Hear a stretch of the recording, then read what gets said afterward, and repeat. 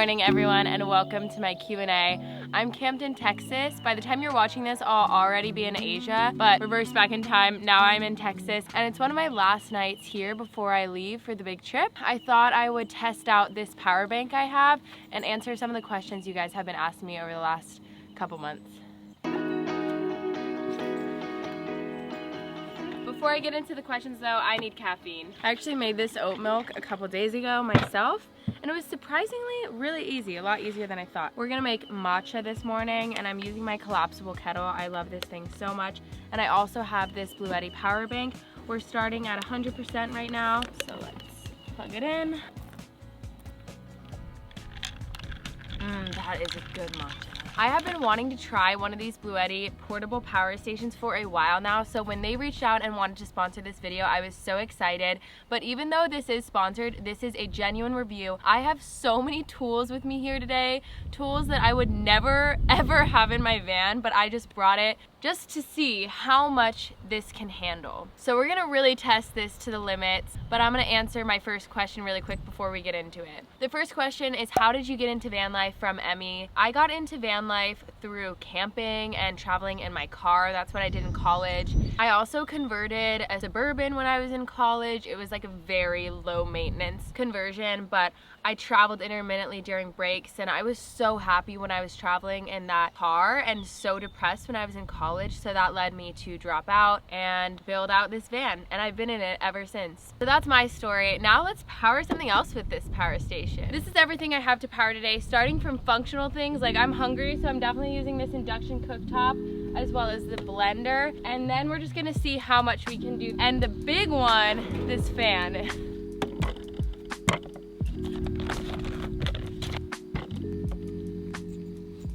We are at 95% after the matcha we made, so I have to turn on the AC output and then plug it in. Now for this cashew cheese we're doing, I soaked these cashews, and I also have the oat milk I made, some jalapenos from my dad's garden, garlic, and then for the spices I have nutritional yeast, turmeric, black pepper, cayenne, salt, and onion powder. So I'm just gonna throw them all in the blender and then blend it up. My van's inverter has actually never been able to handle a Vitamix blender, which is why I don't have one in the van, otherwise I totally would. So I'm very curious if this is going to work. I'm gonna set a timer as well. This is a little too liquidy. I think I added way too much oat milk. I remind you, what did I say that I can never take back? Back there, the cashew cheese is still cooking. I'm not gonna lie, I think it might end up being a fail because it's just a little too liquidy, but I'm gonna let it cook for a really long time. One, so that we can get the battery down to a more manageable level, and two, I'm really hoping that it'll thicken somehow the longer I cook it. But I'll answer my next question now, which is, what would you tell your younger self? I would tell my younger self, drop out of college sooner, or even better, don't even go, because that's what I wanted to do from the beginning, and I feel like I just wasted time and money going just for my parents and just for society's expectations of me and everyone, and I just don't think that's the right reason to go to college. If you're gonna go to college, it should be with intention and excitement, whereas for me it never felt right. The next question is, tell me more about the Bluetti power station. That was asked by myself. I asked that question, but I have to introduce this to you.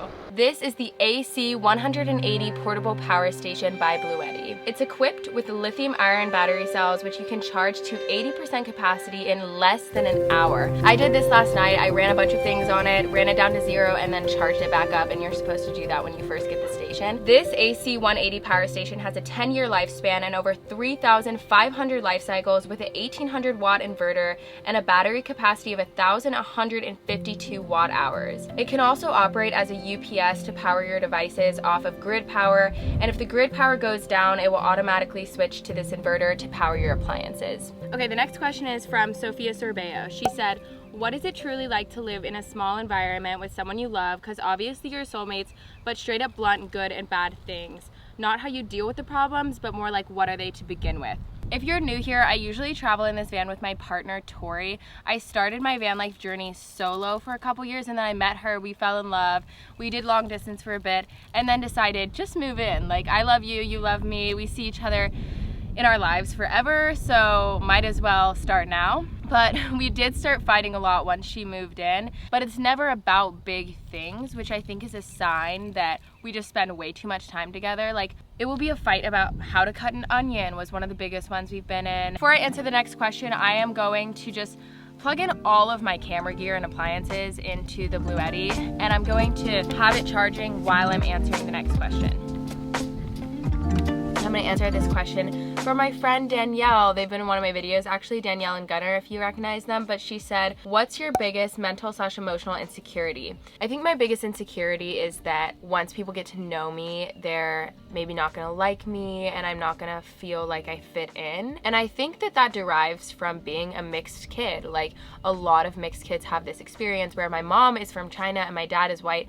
So growing up, I never really felt like I fit in. Like, I was bullied at school for bringing Chinese food. But then when I went to Chinese class or I went to Chinese club, I never felt like I fully fit in there either because I didn't look Chinese enough. I didn't speak fluent Chinese as well as all the other kids, and I wasn't as in tune with the culture. So I felt like this mixed breed, and I never felt completely seen or understood by my peers and people around me. I think I have healed a lot from that feeling of not belonging. I definitely do feel a sense of belonging now, but I guess part of me still gets scared, like, oh, if I get too close to someone, they're not gonna like me because they're gonna realize I'm different. Hi, Joya. Puppy is here. He's gotten so big, right? The next question is, would you rather be able to talk to animals for 5 years or never have to wait in traffic for the rest of your life?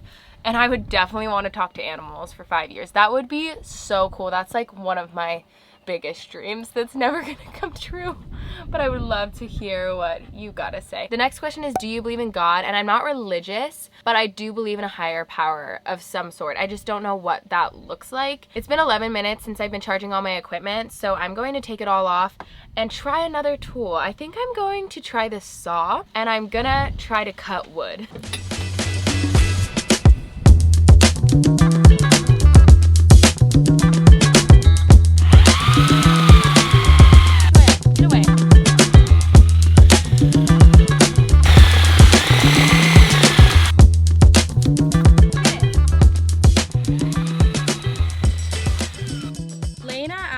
How did you pay for the van build? It's my dream to do one. So I worked at a therapy center for autistic kids. I also babysat a lot, and I was selling my artwork at the time. So those three incomes combined are what funded and allowed me to build out the van, and I did it myself with the help of my dad. I honestly have nothing to do with this circular saw, but I know it draws a lot of power. So I'm gonna see if it works, and if it does, I'm just gonna let it rip for like 5 minutes.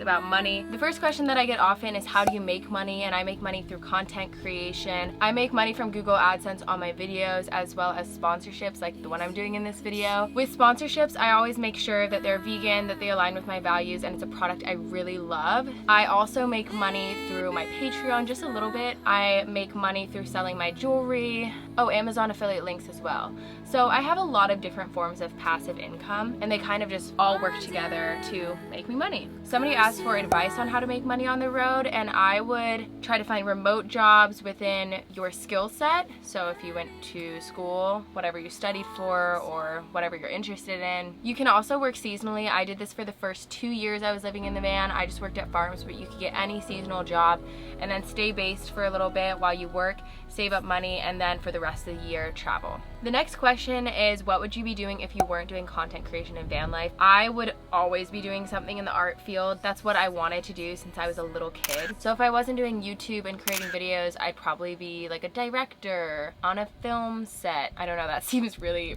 big and professional. Or maybe I'd be selling my paintings or making jewelry. That's the same thing I do, but I truly just could not imagine myself being happy doing anything else. So last question, I'm gonna squeeze it in. Is van life worth it if you're not making money from it? Absolutely. I didn't make money from van life. That sounds weird, but I didn't make money through making content about my travels for years, and I was still traveling. It's my passion. It kind of depends if you love traveling, but I personally love traveling so much, and it just suits my interests so much. So for me, it would be worth it regardless, but maybe not for other people because there are definitely downsides, and I'll get to that later. Let's check on the tofu though. The tofu looks good, but I almost feel like it could go another 5 minutes.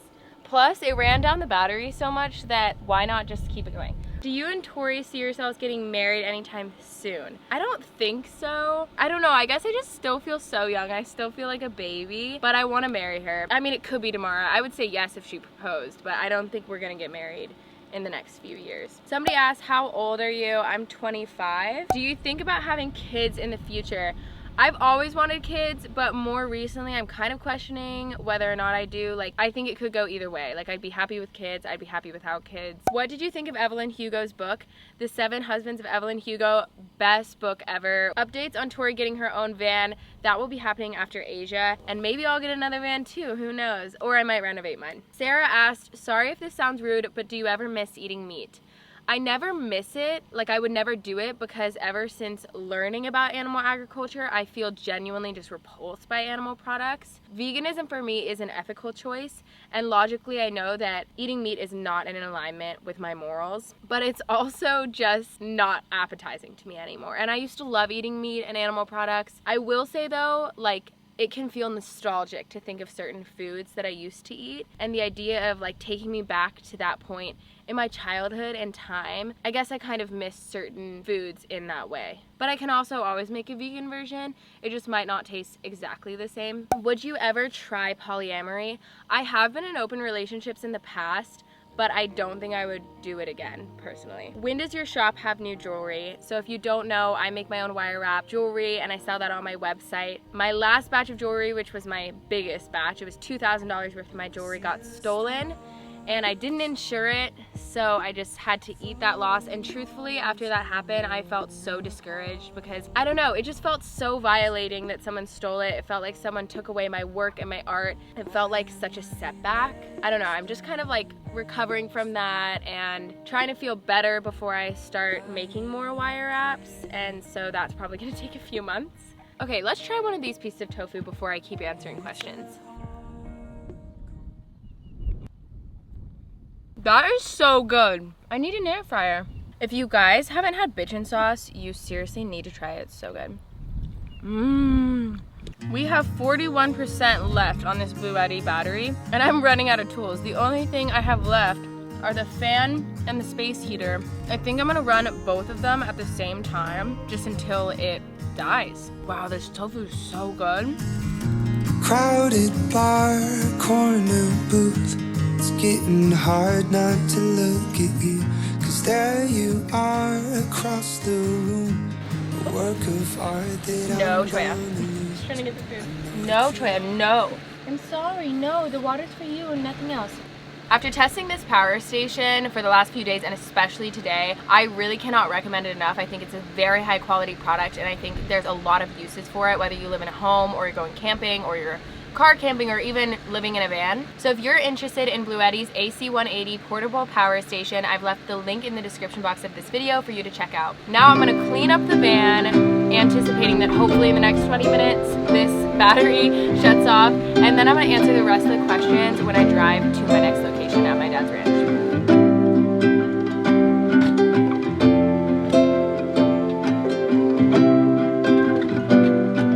Finally ran this battery out. It took 17 minutes and 26 seconds running the space heater and the fan. Now let's go back to my dad's ranch so we can answer the rest of this.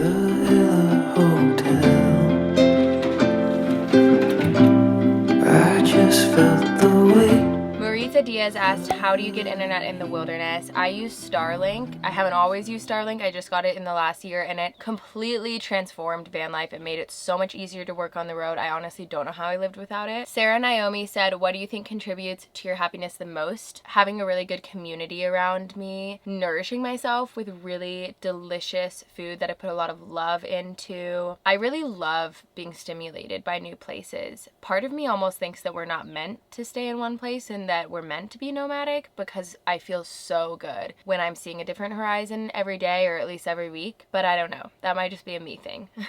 Advice to someone who's never dated, had sex, or kissed, and they're at the age of 23. I would say pour everything into yourself. It's almost counterintuitive. You think that you should pursue people and be putting yourself out there and flirting with people. And yes, you should do that. But I actually think that those situations come up when you're feeling yourself and you're like really feeling confident and you found these hobbies that you love and found so much love for yourself as well. If you can find something you love that's very community based as well, like rock climbing or yoga or video games, then you will be like discovering yourself while also putting yourself out there to meet people. And that could be your best friends, and that also could be someone that you're attracted to, that it might, you know, you might kiss them, you might have sex with them, who knows what will happen. You might fall in love. Floyd asked, do you ever see yourself living in a house again?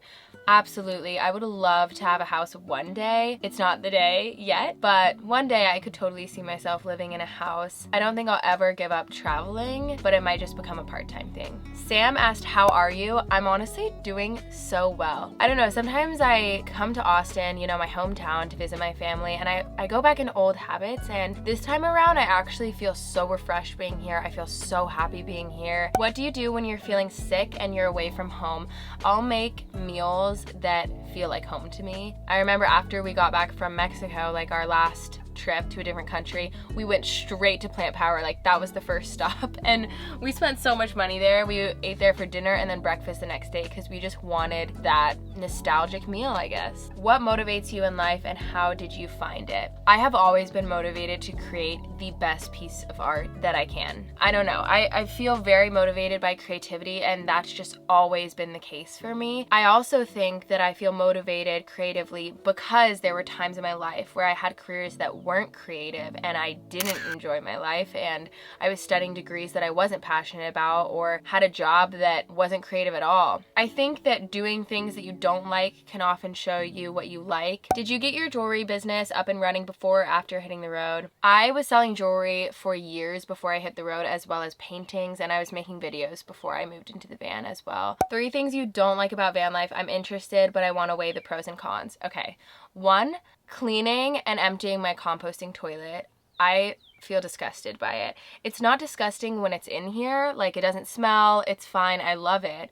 But cleaning it out is so gross. I hate it. I hate having to do it every single day. It's just such a damper. Number 2 is if you're with a partner, it's so hard to get space. Like Tori and I have tried to prioritize it so much. Like we've literally written in our journals that we have to have an hour of alone time every day, but it's really hard to do that when you're in certain areas. Like maybe it's a city, maybe you don't know how safe it is, or there's like a lot of mosquitoes outside, or the weather's not good. 3 is the difficulty in building routines. Everything's changing. You don't know where you're gonna sleep at night, so it's really hard to like, I don't know, have a schedule.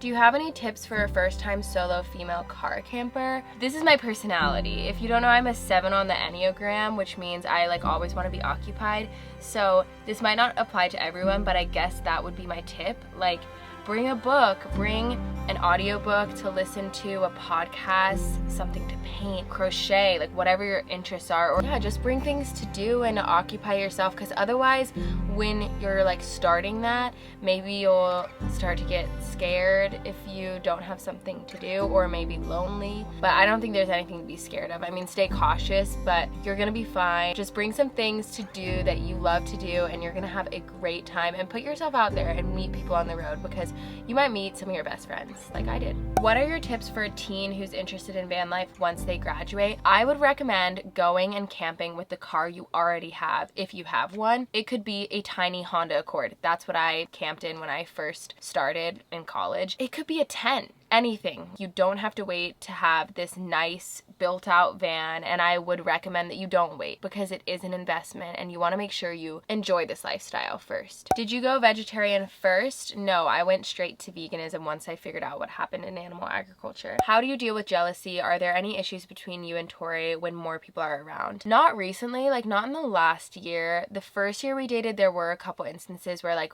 either me or her would feel jealous, and I think it was because we were first getting to know each other and people have hit on either one of us in front of each other, like even friends of ours who obviously like aren't friends anymore, but that has made us feel really uncomfortable. I think throughout time though, we've learned to trust each other, so even if we don't trust this friend or this random person that we've met who's saying things that are a little inappropriate, we trust each other and that's what matters. And so honestly, I haven't been jealous in a really long time, and I don't remember Tori, or at least Tori hasn't expressed that she's been jealous in a really long time. All right, those are all the questions. Thank you guys so much for watching. If you did enjoy this video, please like because it really supports my channel, and subscribe because I post videos every Sunday. I'll see you guys next week. Bye!